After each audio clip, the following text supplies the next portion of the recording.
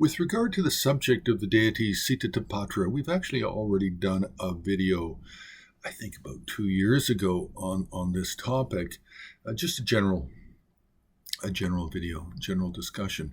But here what I'd like to talk about is the Masterworks, the Sitatapatra Masterworks. And we've divided it into painting into 3 sections. The first is the 1,000-faced, 1,000-armed Sitatapatra form as a painting. The second is miscellaneous paintings, and we only have 2 of those, of the miscellaneous in Masterworks.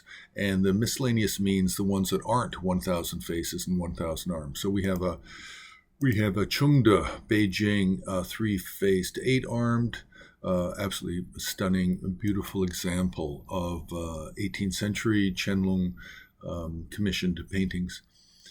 And then we also have a Tibetan version. Looks like Central Tibet, looks like Lhasa.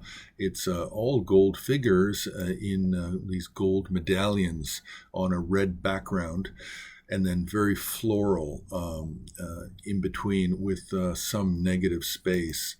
The negative space appears to have just some very light cloud motifs to decorate it. But these are the 2 miscellaneous paintings. Now, getting back to the categories. So then we have sculpture, and then we also have mandala paintings.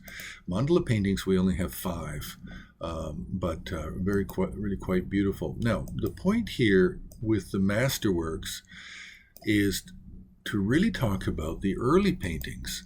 And in terms of early paintings, it's not just early painting Masterworks, is we have only 2 early paintings, and both are Masterworks. One is a large format central figure Sitatapatra surrounded in registers by secondary mandala figures.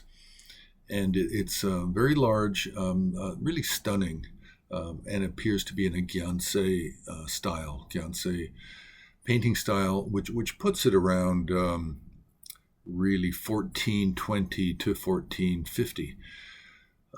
Then we have a mandala painting, which is unusual. It's unusual because these are the only 2 early paintings we have. And this is later. This looks like it's more Ngor monastery. So this could be late 15th century, early 16th century, and my feeling is that it's more early 16th century for the mandala painting. Now, why are we talking about this? Well, we're talking about it because we only have 2 early paintings. In terms of sculpture, I've not really looked, but we do not have, as far as I know, any 1,000-faced, 1,000-armed early sculpture for Sitatapatra.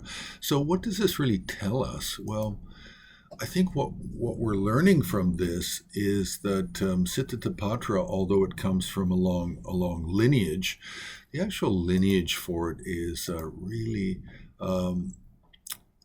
It's coming to Tibet through Jatari, the Siddha Jatari.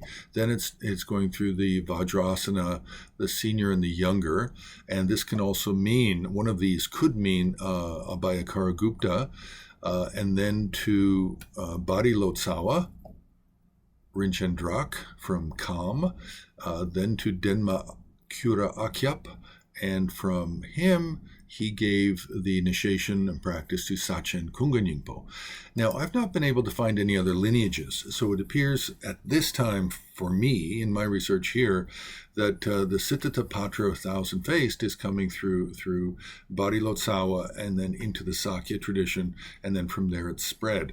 But we only have 2 early pieces, one Gyansei and then the other one Ngor, and then after that, it appears that all of the paintings are essentially really Gelugpa, and it looks like the Ganden Podrang took on the practice of Sitatapatra. So we're really talking 17th century with the 5th Dalai Lama. So it's after the 5th Dalai Lama's time. Now, whether or not Tsongkhapa had anything to say, I've really not researched it.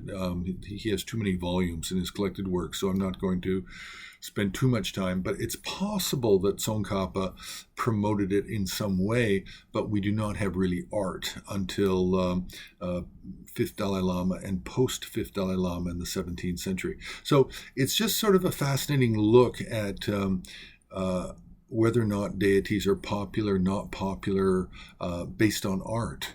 If we can use that as a model, I don't think it's an absolutely true and trusted, but I think it's a tremendously good guide as to what is popular and not popular in certain time periods. And so that's it. A little bit of a dive into Masterworks and early paintings of Sitatapatra. So you can press like, you can subscribe, you can join HAR on Patreon.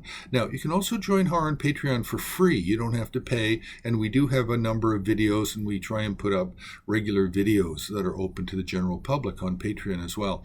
And then you can also make a donation on the homepage of Himalayan Art Resources.